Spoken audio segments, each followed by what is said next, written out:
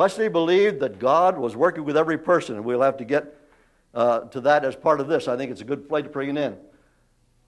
One of the distinct Wesleyan doctrines is prevenient grace. Prevenient grace. This is the optimism of grace.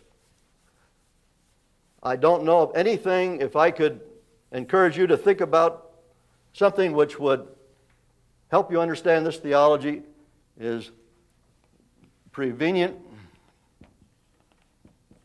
grace.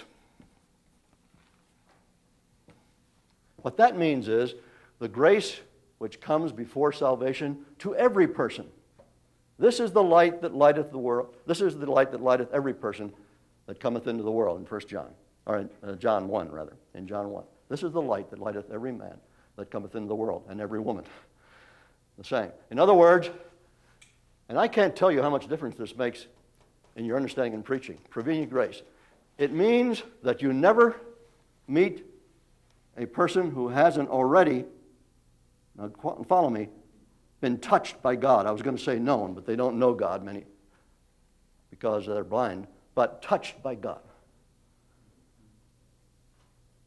Let me use evangelism as an illustration, and perhaps I'm cutting in on the evangelism element I want to talk about, but these things are hard to separate.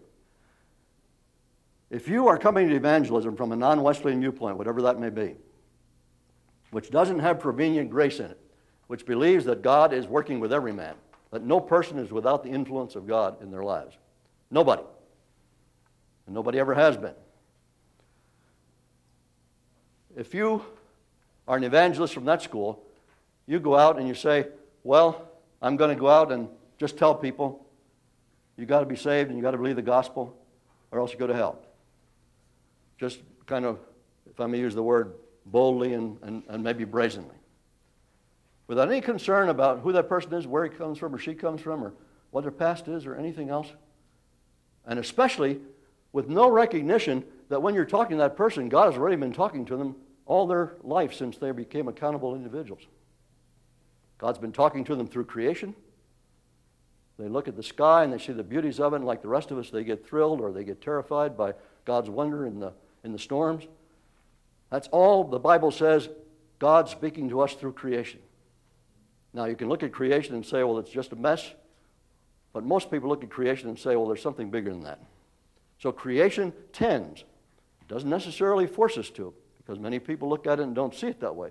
But if it has God's way, the creation itself teaches us that there's something else going on. It's not just a naturalistic thing.